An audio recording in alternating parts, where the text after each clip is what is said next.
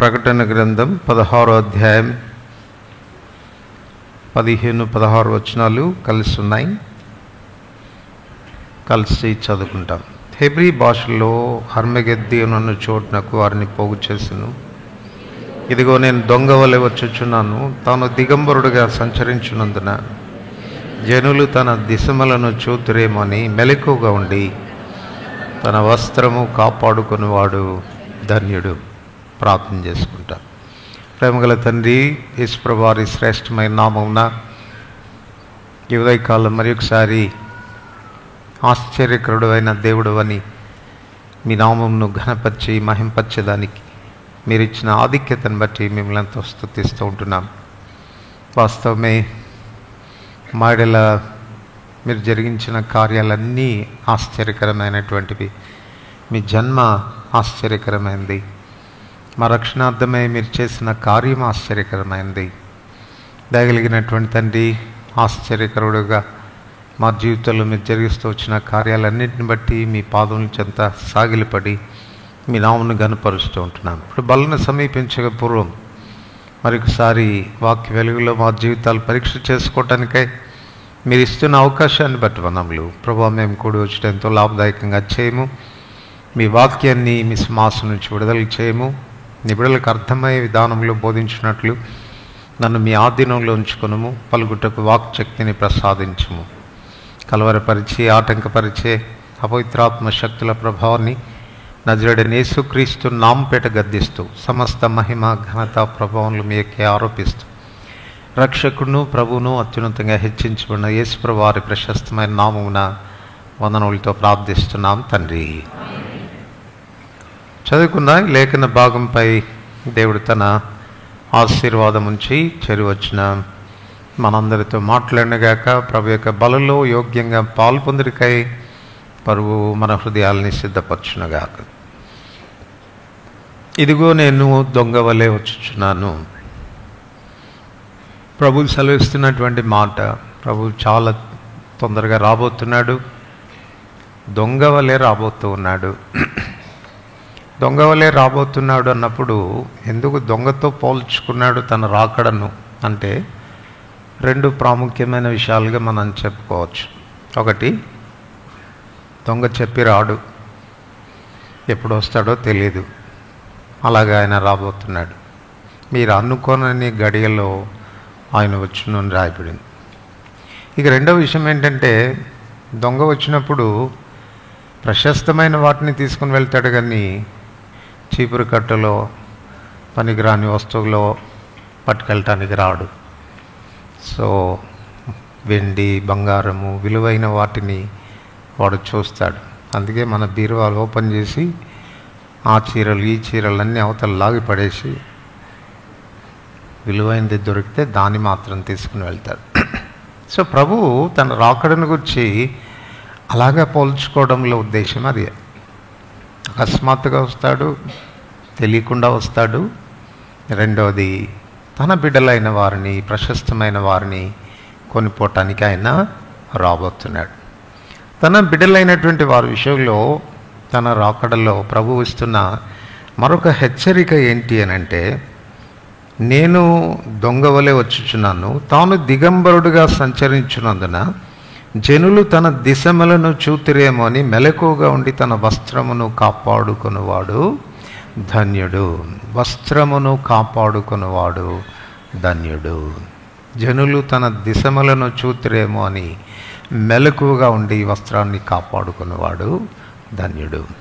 So దేవుడు మనకిచ్చినటువంటి వస్త్రాన్ని కాపాడుకోవాల్సినటువంటి బాధ్యత మన మీద ఉంది.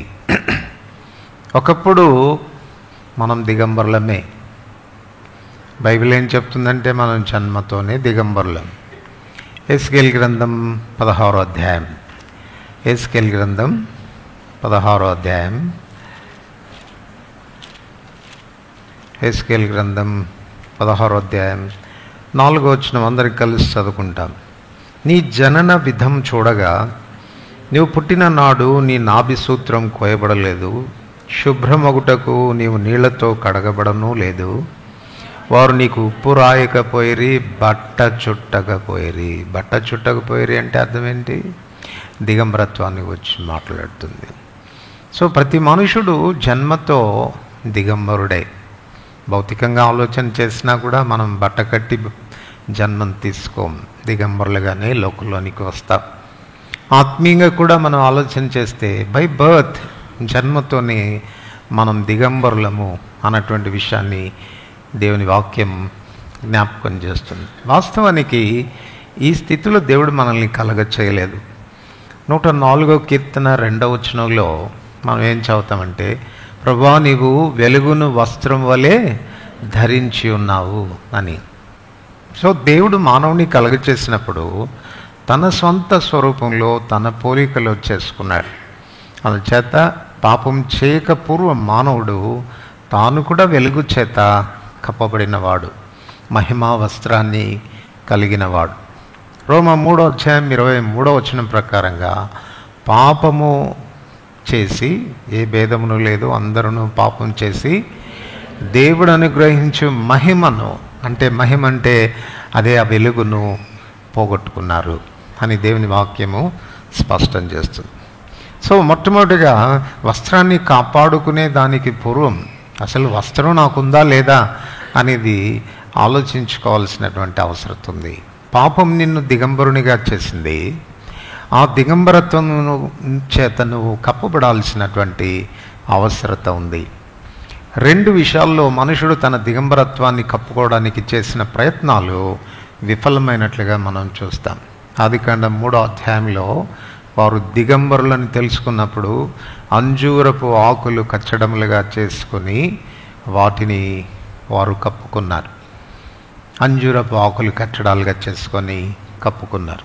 కానీ విచారకరమైన విషయం ఏంటంటే, ప్రభు వారిని దర్శించినప్పుడు, ఆదామా ఎక్కడున్నావు అని ప్రభు దర్శించినప్పుడు మరలా ఆదాం చెప్తున్న మాట ఏంటి? నీ స్వరం వినబడినప్పుడు నేను దిగంబరునిగా ఉంటిని. కప్పుకున్నావు కదా, అంజూరపు ఆకులు కచ్చడాలుగా చేసి కప్పుకున్నావు కదా, మరలా నేను దిగంబరుని అంటావేంటి అనంటే, దాన్ని బట్టి మనకి ఏమర్థమవుతుందంటే, మానవుడు తన దిగంబరత్వాన్ని కప్పుకోవడానికి చేసినటువంటి పనులు తనకు భరోసా ఇవ్వడం లేదు. తన దిగంబరత్వం కప్పబడింది అన్నటువంటి భరోసా ఇవ్వడం లేదు. అందుకే అంటున్నాడు, నేను ఇప్పటికీ దిగంబరుని, అందువల్ల నీ ఎదుటికి నేను రాలేకుండా ఉన్నాను. సో మానవుడు ఏమి చేసి తన దిగంబరత్వాన్ని కప్పుకోలేడు అన్నటువంటి విషయం ఇక్కడ మొట్టమొదటిగా నిర్ధారణ అవుతుంది. యెషయా గ్రంథం 64వ అధ్యాయం 6వ వచనంలో చెప్పాడు, మా నీతి క్రియలన్నీ మీ దృష్టికి మురికి పేలికలతో సమానము అని. సో మానవుడు ధార్మికమైనటువంటి కార్యాలు చేసి కూడా, మతభక్తి చేత కూడా తన దిగంబరత్వాన్ని కప్పుకోలేడు అన్నటువంటి విషయం ఇక్కడ స్పష్టమవుతుంది. మానవుని ప్రయత్నాల వలన కానీ, మానవుడు చేసే మతభక్తి ద్వారా కానీ తన దిగంబరత్వాన్ని తాను కప్పుకోలేడు. ఇటువంటి దుస్థితిలో ప్రభువే మన కొరకు ఆ పనిని, లేక మన దిగంబరత్వాన్ని కప్పాల్సినటువంటి అవసరత ఏర్పడింది. ఆదికాండం 3వ అధ్యాయంలోనే ఆదాము అవ్వలకు ఆ తర్వాత దేవుడు చర్మపు చొక్కాయలు తొడిగించినట్లు అట్లు వారి దిగంబరత్వాన్ని కప్పినట్లుగా మనం చూస్తాం. ఈ చర్మపు చొక్కాయలు దేని గురించి మాట్లాడుతున్నాయి అంటే, మానవ పాపానికి జరగవలసిన ప్రాయశ్చిత్తాన్ని గురించి మాట్లాడుతుంది. రక్తము చిందించబడకుండా మానవ పాపానికి పరిహారం అనేది కలగదు.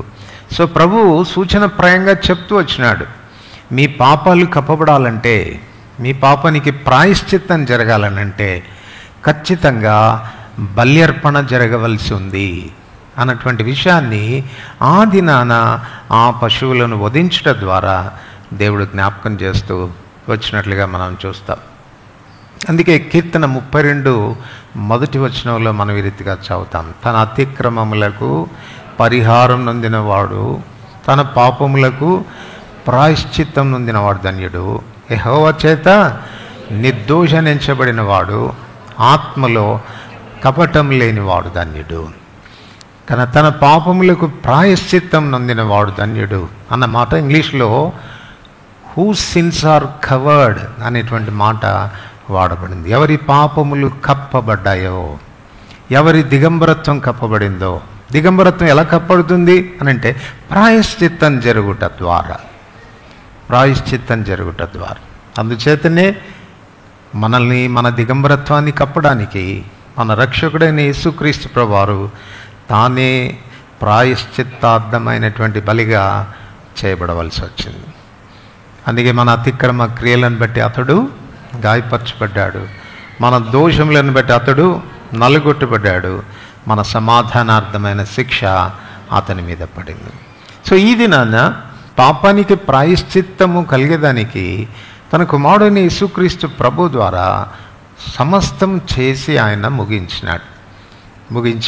యెషయా గ్రంథం 61వ అధ్యాయం 10వ వచనంలో మనం చదువుతాం, శృంగారమైన పాగా ధరించుకునిన పెళ్లి కుమారుని రీతిగాను, ఆభరణములతో అలంకరించుకున్న పెళ్లి కుమార్తె రీతిగాను ఆయన నాకు రక్షణ వస్త్రములను ధరింపచేసి ఉన్నాడు, నీతి అను పైబట్ట నాకు ధరింపచేసి ఉన్నాడు. సో మనకి ఇది నాన్న ప్రభు ఆ రక్షణ వస్త్రాన్ని, నీతి అనేటువంటి పైబట్టను దేవుడు మనకు ప్రసాదించాడు. ఆ నీతి ఏ నీతి అది అంటే మానవుల నీతి కాదు, దైవ నీతి. ఎవరైతే దైవ నీతి చేత కప్పబడతారో వారి దిగంబరత్వమే కప్పబడుతుంది. ఈ వస్త్రం అనేది చాలా విలువైంది. ఆయన ప్రాయశ్చిత్తార్థమైన బలి ద్వారా దేవుడు సాధించినటువంటి వస్త్రం. కానీ ఆయన మనకు ఫ్రీగా ఇస్తున్నాడంట. మత్తయి సువార్త 22వ అధ్యాయం 11 నుంచి 14 వచనాలు. మత్తయి సువార్త 22వ అధ్యాయం 11 నుంచి 14 వచనాలు. రాజు కూర్చున్న వారిని చూడ లోపలికి వచ్చి అక్కడ పెళ్లి వస్త్రం ధరించుకొనని ఒకని చూచి, స్నేహితుడా, పెళ్లి వస్త్రం లేక ఇక్కడికి ఎలాగ వచ్చితివని అడగగా వాడు మౌని ఉండెను. అంతటా రాజు వీని కాళ్ళు చేతులు కట్టి వెలపడి చీకటిలోనికి త్రోసివేడి అక్కడ ఏడుపును పండ్లు కొరుగుటయ్యి ఉండనని పరిచారకులతో చెప్పాను. కాగా పిలువబడిన వారు అనేకులు, ఏర్పరచబడిన వారు కొందరే అని చెప్పాను. సో ప్రభు ఆయనే పిలుస్తున్నాడు ఈ పెళ్లి వస్త్రం ఇవ్వడానికి. మనం పై వచనాల్లో చదివితే ఆ పెళ్లి వస్త్రం పొందడానికి వారు ఏదో క్రయాన్ని కట్టినట్టుగా మనకు కనపడదు. విందుకు పిలువబడిన ప్రతి ఒక్కరికి కూడా ఆ వస్త్రం అనేది ఇవ్వబడింది. బహుశా ఈ మనుషుడు అనుకుని ఉంటాడు, ఆ వస్త్రం కంటే నా బట్టలే కాస్త మెరుగ్గా ఉన్నాయి అనుకున్నాడేమో, దాన్ని ధరించాల్సినటువంటి అవసరం ఏమొచ్చింది అనుకున్నాడేమో. ఇది నన్ను చాలామంది దేవుని యొక్క నీతిని, తమ స్వనీతిని స్థాపింపబూనుకొనొచ్చు దేవుని నీతిని నిరాకరిస్తున్నారు అని దేవుని వాక్యం చెప్తుంది. చూడండి, రోమిల్కి రాసిన పత్రిక 10వ అధ్యాయం. రోమిల్కి రాసిన పత్రిక 10వ అధ్యాయం 2-3 వచనాలు కలిసి చదువుకుంటాం. వారు దేవుని యందు ఆసక్తి గల వారిని వారిని గురించి సాక్ష్యం ఇచ్చుచున్నాను, అయినను వారి ఆసక్తి జ్ఞానానుసారమైనది కాదు. ఎలా అనగా వారు దేవుని నీతిని ఎరగక తమ స్వనీతిని స్థాపింపబూనుకొనుచు దేవుని నీతికి లోబడలేదు. సో గుర్తించాల్సిన విషయం, స్వనీతి ఉంది, దేవుని నీతి ఉంది. కనుక వారు తమ జ్ఞానాన్ని అనుసరించి ఆలోచన చేసి దేవుని నీతి కంటే తమ నీతే గొప్పదన్నట్టుగా దాన్ని స్థాపింపబూనుకొని దేవుని నీతికి వారు లోబడలేదు.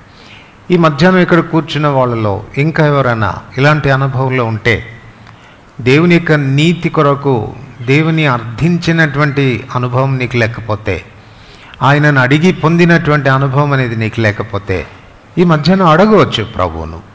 నీ సొంత నీతి, నీ కార్యాలు, నీ భక్తి, నీ మత భక్తి, నువ్వు చేసే ఏ మంచి పనులైనా కూడా నీ దిగంబరత్వాన్ని కప్పలేవు.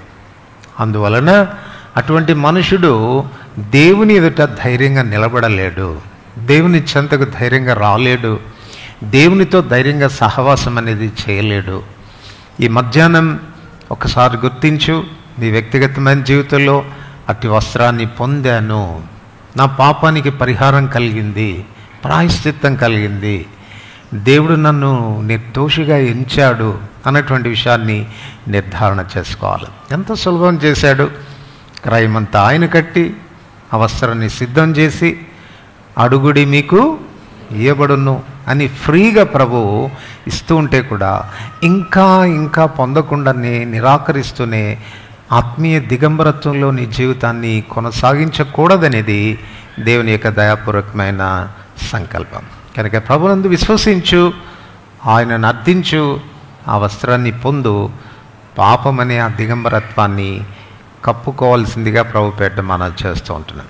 ఇప్పుడు రెండో విషయానికి వస్తే, ఇట్లాంటి వస్త్రాన్ని పొందినటువంటి మన మీద ఉన్నటువంటి బాధ్యత ఏంటి అని అంటే, దేవుడిచ్చిన ఈ వస్త్రాన్ని జాగ్రత్తగా కాపాడుకోవాల్సిన అవసరం ఉంది.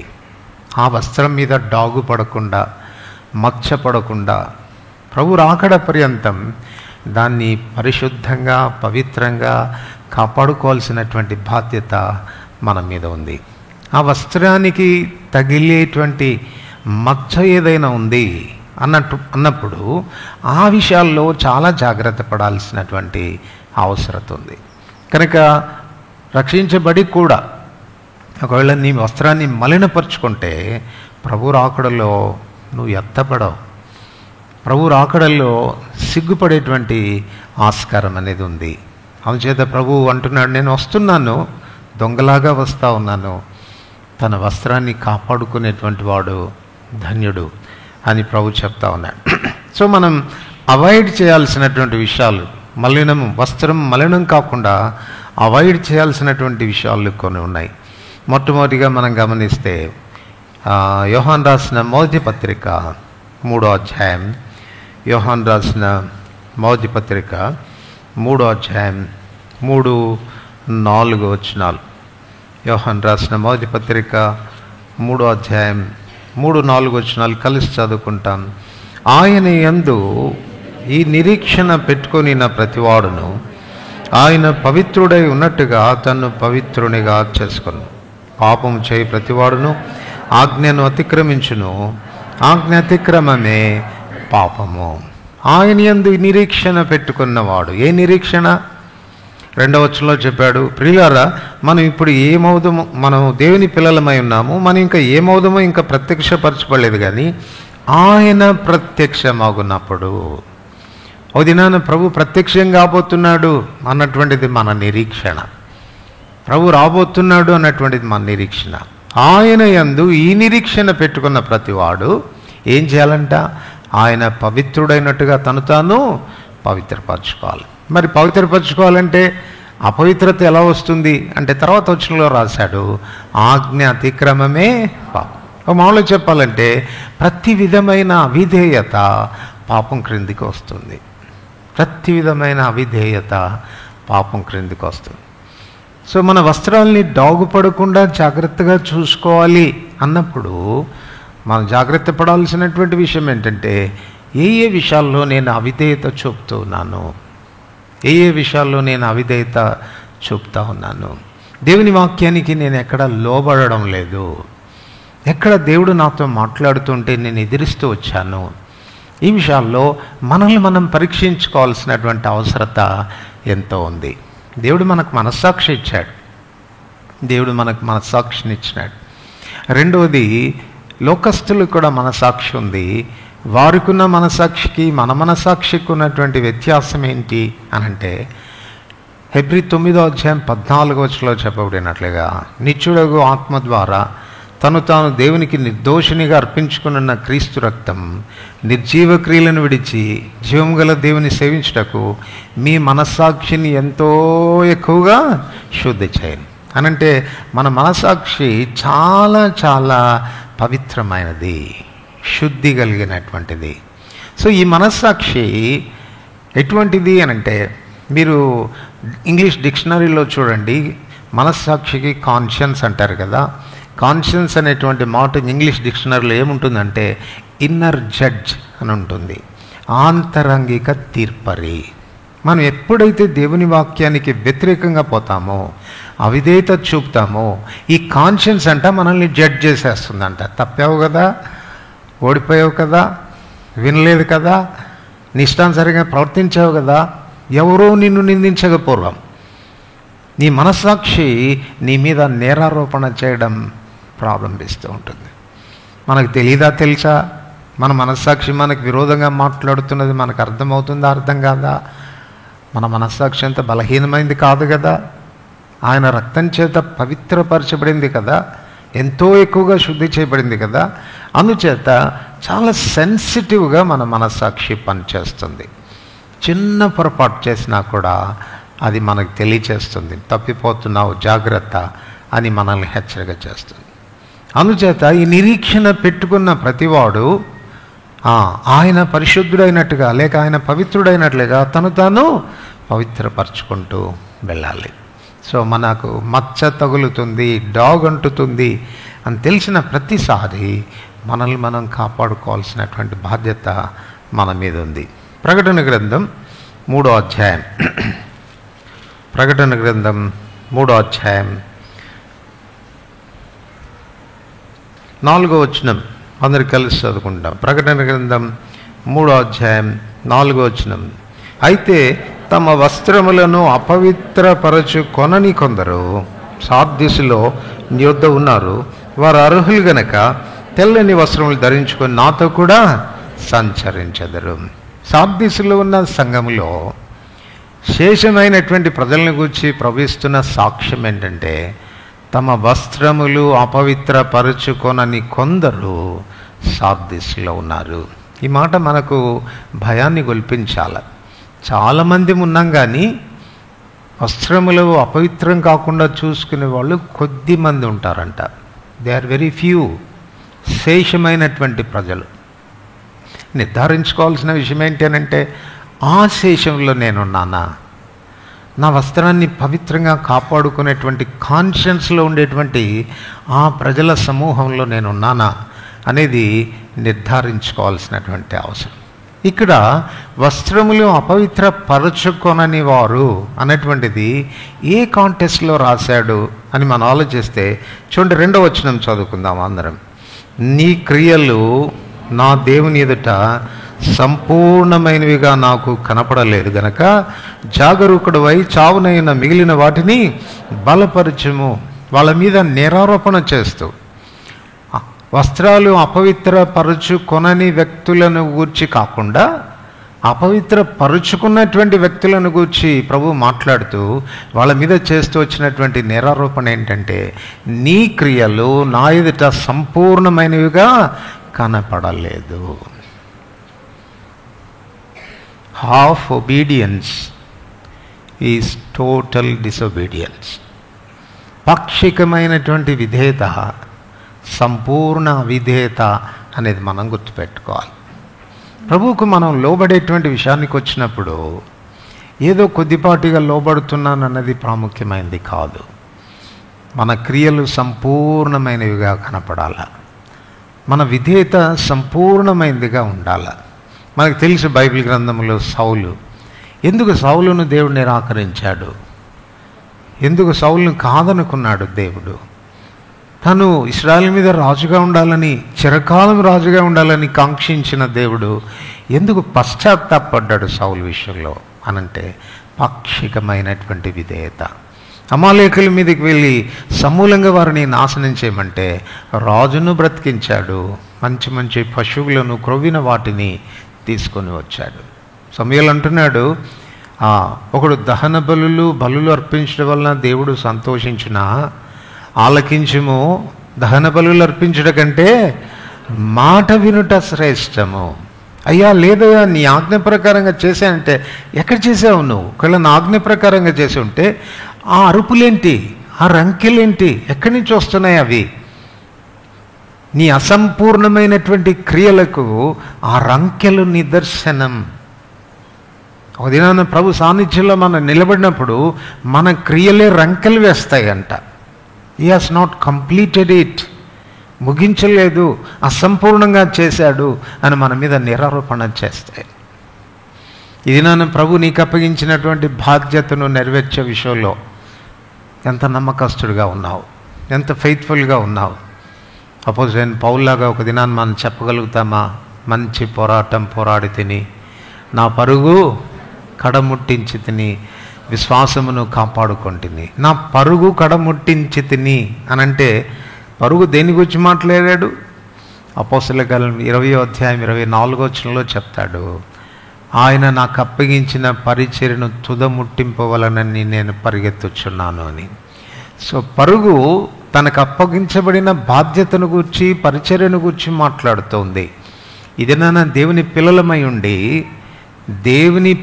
ఉండి దేవుడు మనకు అప్పగించినటువంటి బాధ్యతను సంపూర్ణంగా నిర్వర్తించకపోతే ప్రభు మనతో కూడా ఏమంటారు చెప్పండి? నీ క్రియలు నేను ఎరుగుదును, అవి నాకు సంపూర్ణమైనవిగా కనపడలేదు, తద్వారా నీ వస్త్రాన్ని అపవిత్రపరుచుకుంటున్నావు అని చెప్తూ శేషమైనటువంటి ప్రజల గురించి ఆయన ఇచ్చేటువంటి హెచ్చరిక ఏంటంటే, అయితే సార్దీసులో కొంతమంది ఉన్నారు, వాళ్ళు తమ వస్త్రాల్ని అపవిత్రపరచుకోలేదు.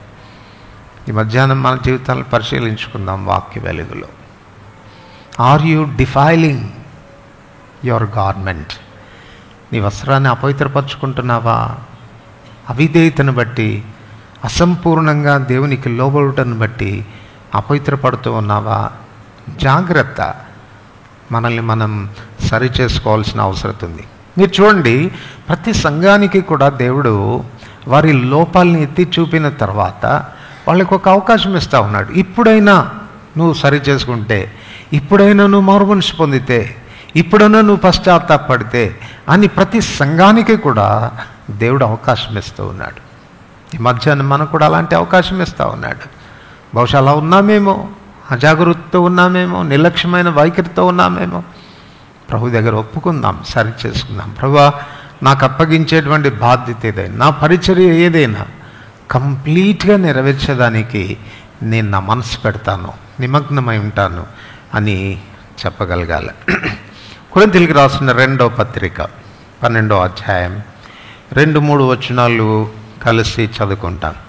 కొరింథీయులకు రాసిన 2వ పత్రిక 11వ అధ్యాయం 2-3 వచనాలు కలిసి చదువుకుంటాం. దేవాసక్తితో మీడల ఆసక్తి కలిగి ఉన్నాను, ఎందుకనగా పవిత్రురాలైన కన్యకనగా ఒక్కడే పురుషునికి అనగా క్రీస్తుకు సమర్పింపవలని మిమ్మును ప్రదానం చేస్తేనే గాని సర్పము తన కుయుక్తి చేత హవను మోసపరిచినట్లు మీ మనసులను చెరపబడి క్రీస్తు ఎడలనున్న సరళత నుండి పవిత్రత నుండి ఎట్లయినా తొలగిపోనేమో అని భయపడుచున్నాను. అపోస్తలుడైనటువంటి పౌలు రాస్తూ అంటున్నాడు, ఒక్కడే పురుషునికి సమర్పింపవలనని ఆ క్రీస్తుకు నేను మిమ్మల్ని ప్రదానం చేశాను. ప్రదానం చేసిన తర్వాత వివాహం కొరకు ఎదురు చూడవలసి ఉంది కన్యక.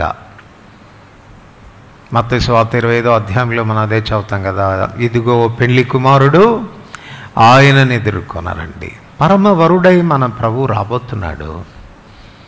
రక్షించబడినటువంటి మనమందరం కూడా ఆయనకు ప్రదానం చేయబడినటువంటి కన్యక లాంటి వారు. ఒక కన్యక ప్రదానం చేయబడిన తర్వాత తన మనసు ఇక తన మీద కాక వేరే వారి మీద మలుచుకోవటానికి వీలు లేదు, వేరే వారిని గూర్చి ఊహించుకోవటానికి వీలు లేదు, వేరే వారి విషయంలో ఆశపడడానికి వీలు లేదు.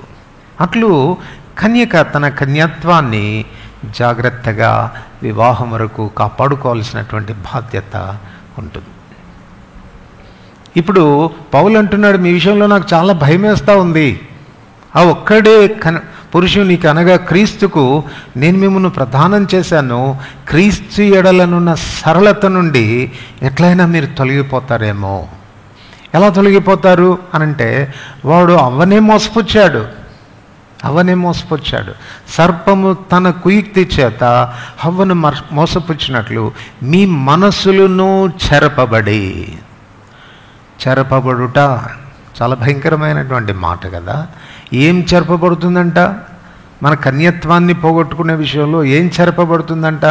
మన మనసు చెరపబడుతుంది. అంటే దాని అర్థం ఏంటంటే, ప్రభువు మీద ఉండవలసినటువంటి మనసు, ప్రభు కార్యాల మీద ఉండాల్సినటువంటి మనసు డైవర్ట్ అవ్వటం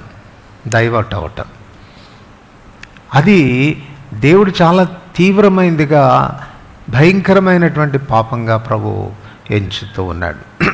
కొలసీయులకు రాసిన పత్రిక 3వ అధ్యాయం 2వ వచనం.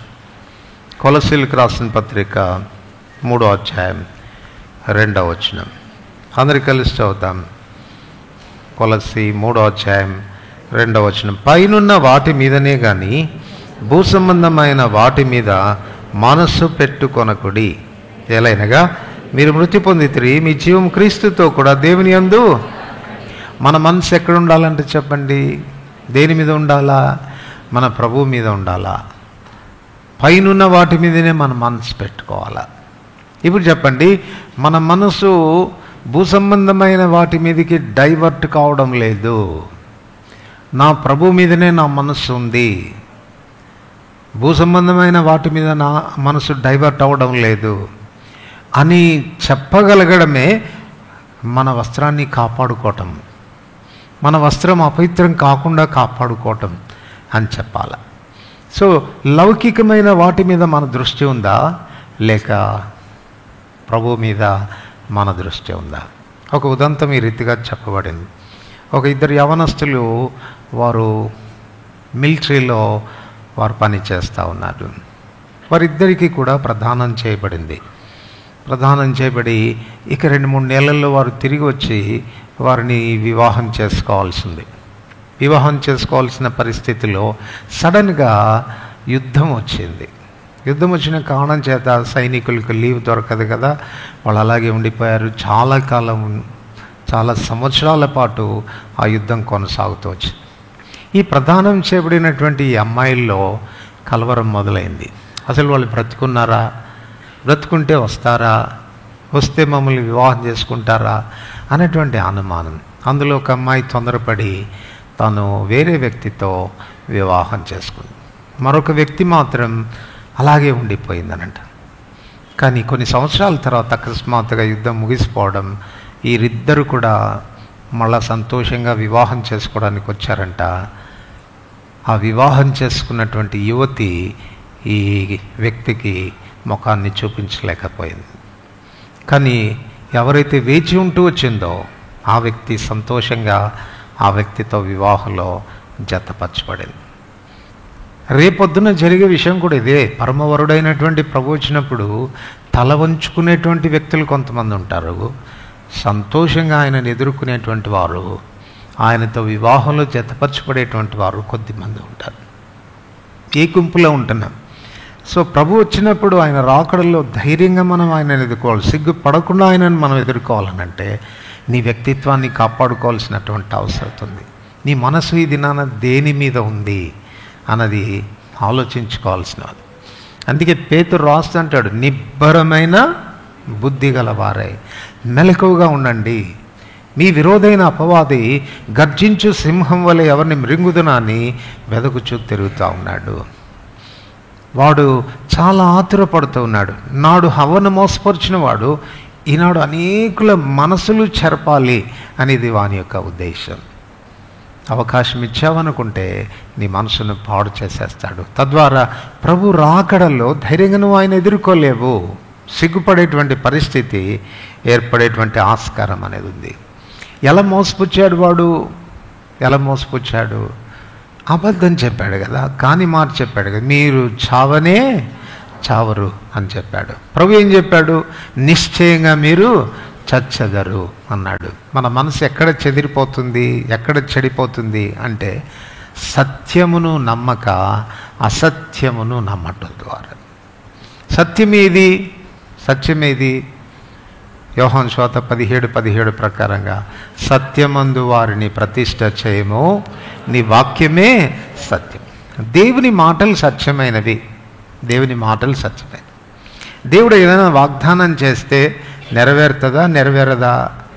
భూమి ఆకాశం గతించిపోయినా గతించిపోతాయి, కానీ నా మాటలు ఎంత మాత్రమో గతింపవని చెప్పాడు.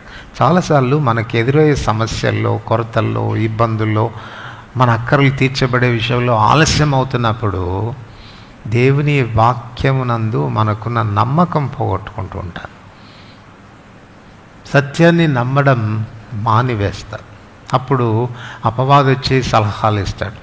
నువ్వు వాక్యం వాక్యం అని పట్టుకుంటే, దేవుడు ఏదో వాగ్దానం ఇచ్చాడని దాన్ని పట్టుకొని ఉంటే నీ బతుకింతే, చాలా నష్టపోతావు. నేను చెప్పినట్టు చెయ్యి అని వాడు మనకు సలహాలు ఇవ్వడం ప్రారంభిస్తాడు. ఇప్పుడు నిబ్బరమైన బుద్ధి అని అంటే అర్థం ఏంటంటే, సాతానుకు చెవి ఎగుతున్నామా, లేక మన ప్రభువు చెప్పిన మాట యందు స్థిరంగా నిలబడగలుగుతున్నావా? ఎలా ఉండాలి? నా ప్రభు ఆలస్యం చేసినా తప్పక ఆయన చేస్తాడు, నేను ఆయన కొరకు కనిపెట్టుకొని ఉంటాను అన్నటువంటి దృక్పథంతో సత్యం నందు నిలిచి ఉంటుట ద్వారా మనల్ని మనం పవిత్రంగా కాపాడుకునేదానికి ఆస్కారం ఉంది. లేకపోతే సాతానుడు సులభంగా మోసగిస్తాడు. అవను మోసగించిన వాడు మనల్ని కూడా మోసగించి క్రీస్తు ఎడలనున్న సరళత నుండి మనల్ని వాడు తప్పిస్తాడు. అట్లు మనం అపవిత్రపడేటువంటి ఆస్కారం అనేది ఉంది. హెబ్రీయులకు రాసిన పత్రిక 10వ అధ్యాయం, హెబ్రీయులకు రాసిన పత్రిక 10వ అధ్యాయం 24, 25 వచనాలు కలిసి చదువుకుంటాం. హెబ్రీయులకు రాసిన పత్రిక 10వ అధ్యాయం 24, 25 వచనాలు కలిసి చదువుకుంటాం. దేవుని ఇంటి కొందరు మానుకొనుచున్నట్టుగా సమాజంగా కూడట మానక ఒకరినొకడు మీరు చూచిన కొలది మరి ఎక్కువగా అలాగు చేయొచ్చు. ప్రేమ చూపుటకును సత్కార్యములు చేయుటకు ఒకరినొకడు పురికొల్పవలనని ఆలోచింతము. మనల్ని మనం ఏ రీతిగా అపవిత్ర పడకుండా కాపాడుకుంటాం అనంటే, హ్యావింగ్ ఎ రైట్ ఫెలోషిప్, సరైనటువంటి సహవాసాన్ని మనం మెయింటైన్ చేయడం ద్వారా. సరైన సహవాసము అని చెప్తున్నప్పుడు ఏమని చెప్పబడింది? ఒకరినొకడు ఏం చేసుకోగలగాల? పూరికొల్పోగలగాల. ప్రసంగి 4వ అధ్యాయంలో సామెతల గ్రంథకర్త సొలొమోను ఈ మాటలు చెప్తాడు. చూడండి, ఎవరితో మనం సహవాసం చేయాలి, ఎవరితో సహవాసం చేస్తే మన పవిత్రతను మనం కాపాడుకుంటాం అన్నదానికి 9వ వచనం నుండి చెప్పాడు. ఇద్దరి కష్టం చేత ఉభయులకు మంచి ఫలం కలుగును గనక ఒంటిగా ఆడ ఉండుట కంటే ఇద్దరు కూడి ఉండుట మేలు. సో ఇద్దరి కష్టం చేత ఉభయులకు మంచి ఫలం కలుగుతుంది అంటే దీని అర్థం ఏంటంటే, you should choose A right co-worker. సరి అయినటువంటి జత పని వాణిని నువ్వు ఎంచుకోవాలి. చూడు, మనందరం దేవుని పనిలో నిమగ్నమై ఉండాలి కదా. మనందరం దేవుని పనిలో నిమగ్నం. అపోల్లో నాటెను, అపోల్లో నీళ్లు పోసెను. ఆ మాట చదవండి, మౌజ్ కొరింథీ 3వ అధ్యాయం, మౌజ్ కొరింథీ 3వ అధ్యాయం. నేను నాటి తిని అపోల్లో నీళ్లు పోసెను, వృద్ధి కలుగజేసిన వాడు దేవుడే.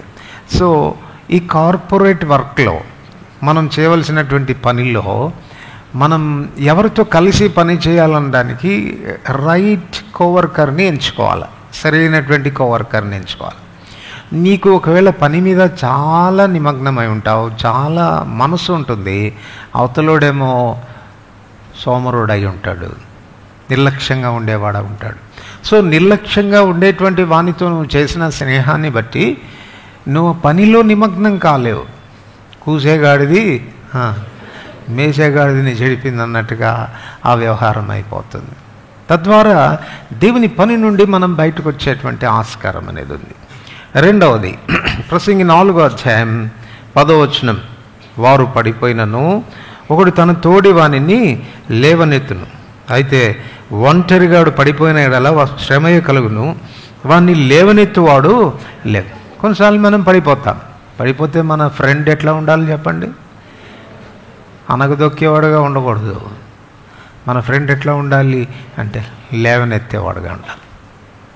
చాలాసార్లు మన స్నేహాలు ఎట్లుంటాయనంటే, పడ్డామంటే ఇంకంతే అయిపోయింది, లేచే ఆస్కారమే లేదు. ఎందుకంటే మన స్నేహాలు అట్లుంటాయి, మనల్ని లేపేది కాకుండా మనల్ని అనగదొక్కేవారుగా ఉంటారు.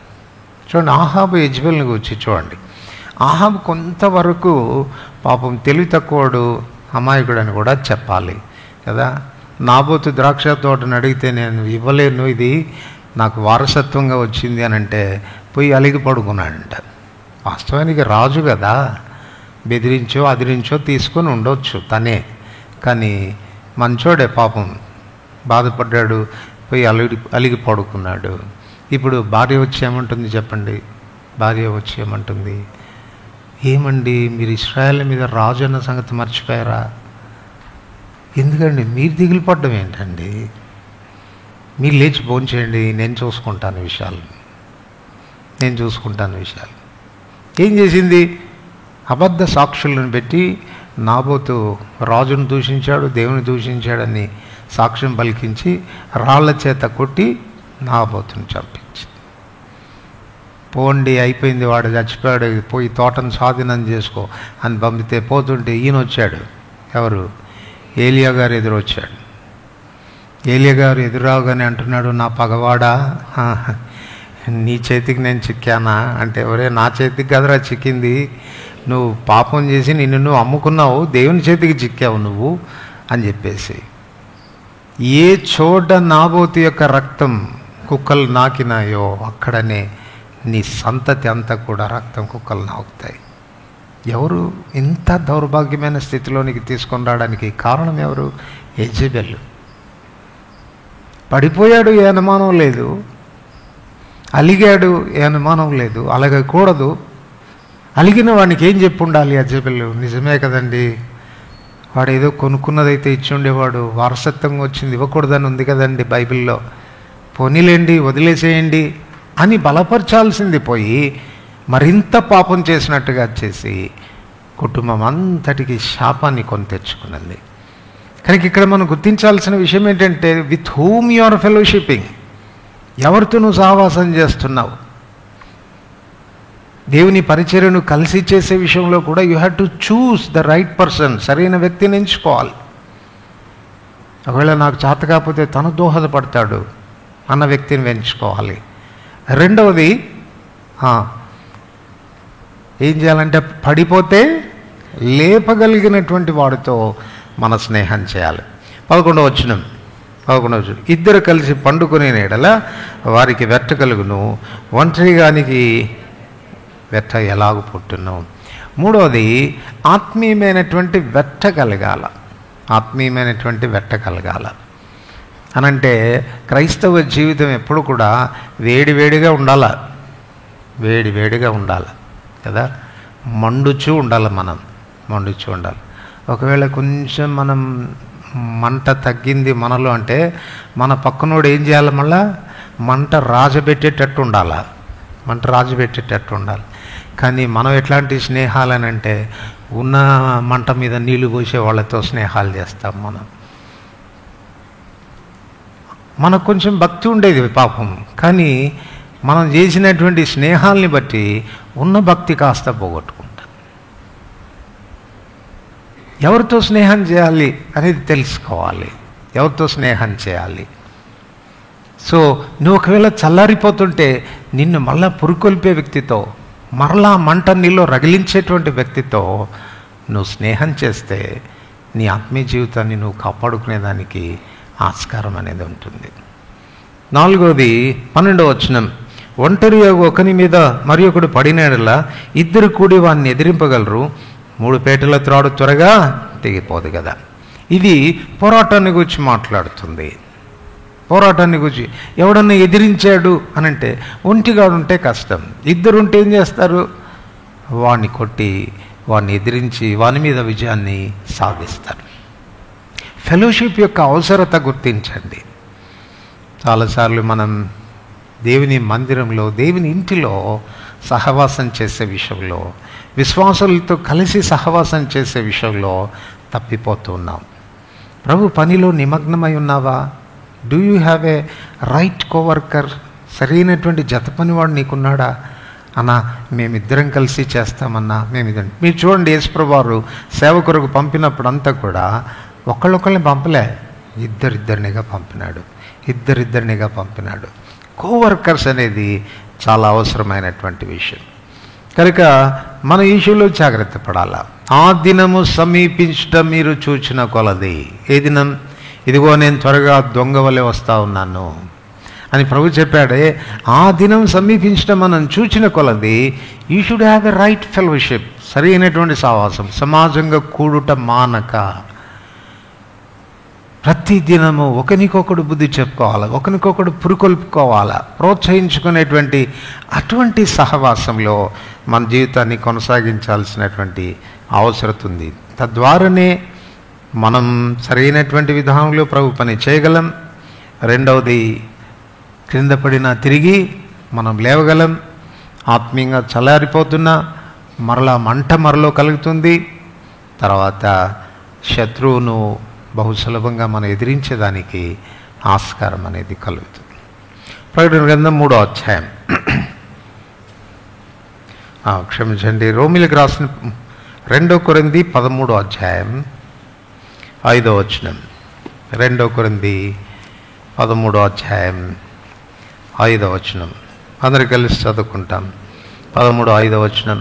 మీరు విశ్వాసం గలవారై ఉన్నారో లేదో మిమ్మును మీరే శోధించి చూచుకొనుడి.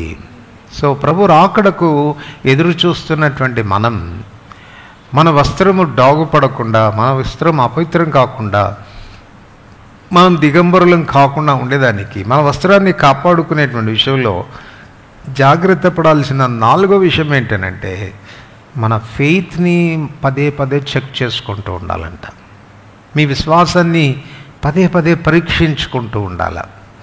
మన విశ్వాసం పరీక్షించుకోవాలి. రోమ 14:23 వచనంలో చెప్తాడు, విశ్వాస మూలము కానిదేదో అది పాపం అని. సో విశ్వాసంగా మనం మన విశ్వాసాన్ని అభ్యాసం చేయాలి. ఒకవేళ మన విశ్వాసం కన్నా సరైంది కాకపోతే మనం అపవిత్రపడేటువంటి ఆస్కారం అనేది, మన వస్త్రాలకి డాగు అయ్యేటువంటి ఆస్కారం అనేది కలుగుతుంది. సో దీని విషయంలో మనం జాగ్రత్త పడాలి. మన విశ్వాసం విషయానికి వచ్చినప్పుడు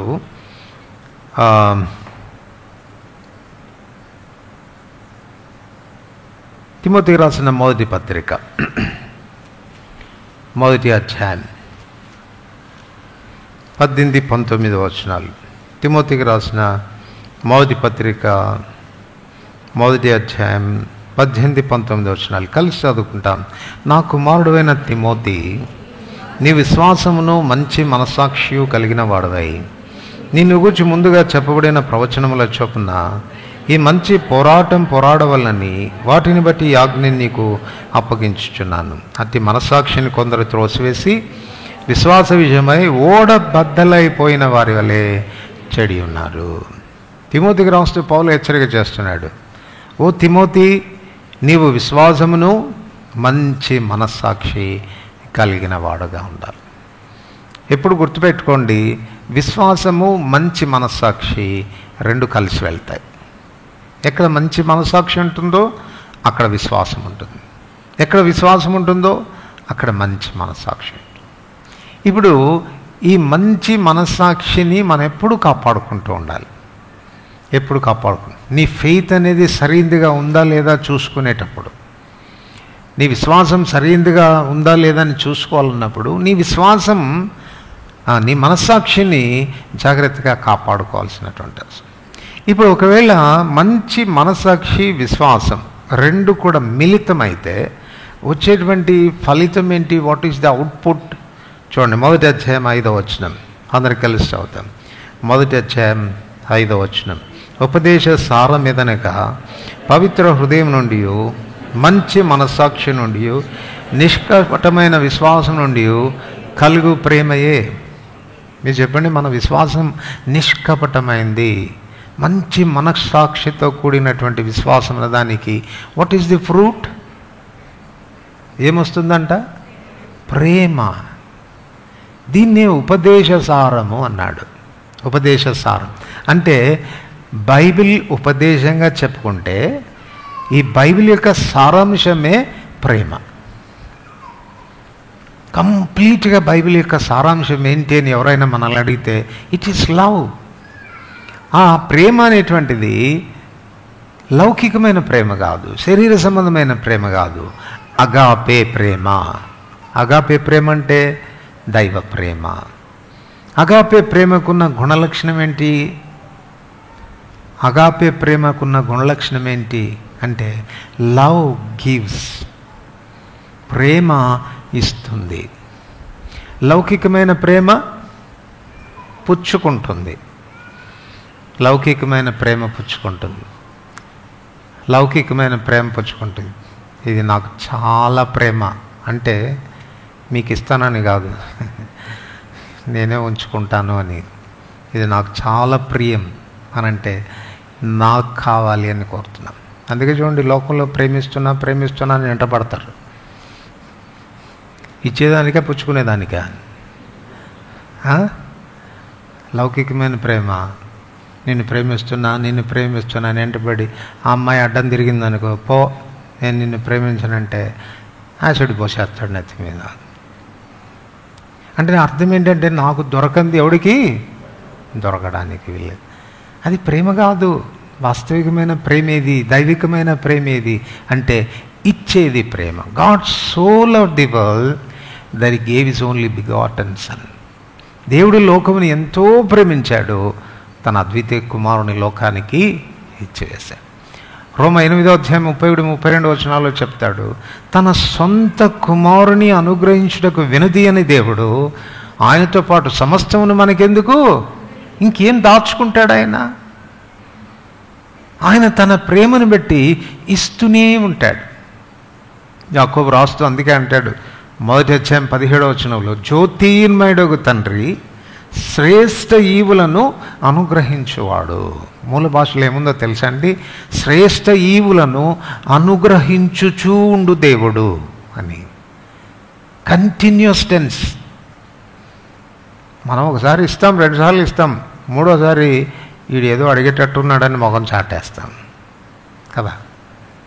ఇస్తూనే ఉంటామా? ఒక రోజు వచ్చి అక్క ఏమనుకోవద్దు, ఒక 1000 రూపాయలు అక్క అంటే, ఏం పర్లేదు అక్క తీసుకెళ్ళండి అని ఇస్తాం. 2వ రోజు వచ్చి అక్క ఇంకో 2000 కావాలంటే కొంచెం అనుమానం వస్తుంది, ఏదో అలవాటు పడేటట్టున్నారని మొహమాటానికి 2000 కూడా ఇచ్చి పంపిస్తాం. 3వసారి మళ్ళీ వచ్చి అక్క ఇంకొక 5000 కావాలనంటే, అబ్బా ఇప్పుడే వేరే వాళ్ళకి ఇచ్చేసాను అక్క, లోపల ఉంటాయి కదా. We try to avoid. కంటిన్యూస్గా ఈలేం మన ప్రభు యొక్క ప్రేమ ఇస్తూనే ఉంటాడు. ఆయన వద్ద నుండి ఫ్లో అవుతూనే ఉంటుంది. ఇప్పుడు ఒక క్రైస్తవుడిగా ఇటువంటి ప్రేమను కనపరచాలి. ఇటువంటి ప్రేమను కనపరచాలి. మీకు ఒక మాట చెప్పనా, ప్రేమించకపోవడమే పాపం. ప్రేమించకపోవడమే పాపం. ఇప్పుడు ప్రభు ఏమన్నాడు, నేను మిమ్మల్ని అంతా ప్రేమించాను కదా, మీరు కూడా ఒకరినొకడు ప్రేమించాల్సిందే. మళ్ళీ 2వది ఏమంటాడు, నేను మిమ్మల్ని ప్రేమించిన ప్రకారం. నేను ప్రేమించాను కనుక మీరు ప్రేమించాలా. 2వది ఏమన్నాడు, నేను మిమ్మల్ని ప్రేమించిన ప్రకారం. అంటే ఆయన ఎట్లా ప్రేమించాడు? ప్రాణం పెట్టినంతగా ప్రేమించాడు. ఇప్పుడు మనం మన సహోదరుల నిమిత్తం ప్రాణం పెట్ట బద్దులమై ఉన్నాం. సహోదరుల నిమిత్తం పక్కన పెట్టు, నీ ఇంట్లో వారికే నువ్వు ప్రాణం పెట్టగలవా? కంగారు జంతువుని గురించి ఒక కథ ఉంది. వరదలు వస్తూ ఉన్నాయంట. ఈ కంగారు ఏం చేసిందంటే తన బిడ్డను, దానికి ఒక సంచి ఉంటుంది కదా కడుపులో, అక్కడ పెట్టుకుందంట. అక్కడ పెట్టుకున్న తర్వాత ఇక్కడ వరకు నీళ్ళు వచ్చినాయంట. నీళ్ళు వస్తే తీసి భుజం మీద పెట్టుకుందంట. భుజం వరకు నీళ్ళు వస్తున్నాయంట, నెత్తి మీద పెట్టుకుందంట తీసి. ఇప్పుడు నెత్తి వరకు కూడా నీళ్ళు వస్తుంటే ఏం చేయాలో ఆలోచించి ఆ బిడ్డను కింద పడేసి దాని మీద ఎక్కి నిలబడిందంట. అంటే దాని అర్థం ఏంటంటేనంటే, మన ప్రాణం మీదకి వచ్చింది అని అంటే అవతల వాళ్ళన్నా చంపుతాం, కానీ మనం చేస్తామా చెప్పండి? ప్రేమించకపోవడం పాపం. ఈ ప్రేమ ఎక్కడి నుంచి రావాలి అని అంటే, మూలమేంటి అని అంటే, పవిత్ర హృదయం నుండి, మంచి మనసాక్షి నుండి, నిష్కపటమైన విశ్వాసం. ఇప్పుడు పౌలు అంటున్నాడు, చెక్ యువర్ ఫెయిత్.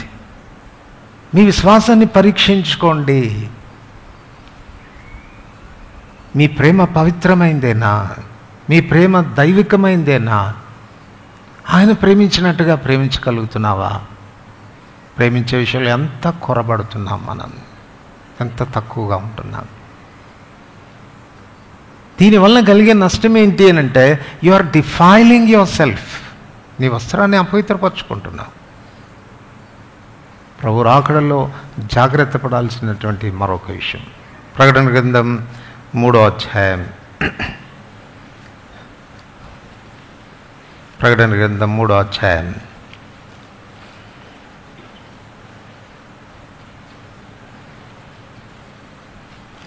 ఇప్పుడు ప్రభు ఇచ్చేటువంటి హెచ్చరిక చూడండి. ప్రకటన గ్రంథం 3వ అధ్యాయం 14వ వచనం. లావోదికీయలో ఉన్న సంఘపు దూతకి ఇలాగు రాయము, ఆమేన్ అనువాడు నమ్మకమైన సత్యసాక్షి, దేవుని సృష్టికి ఆదియునైన వాడు చెప్పు సంగతులేమనగా, నీ క్రియలను నేను ఎరుగుదును. నువ్వు చల్లగానే నన్ను వెచ్చగానే లేవు, నువ్వు చల్లగానే నన్ను వెచ్చగానే ఉండినాడలా మేలు.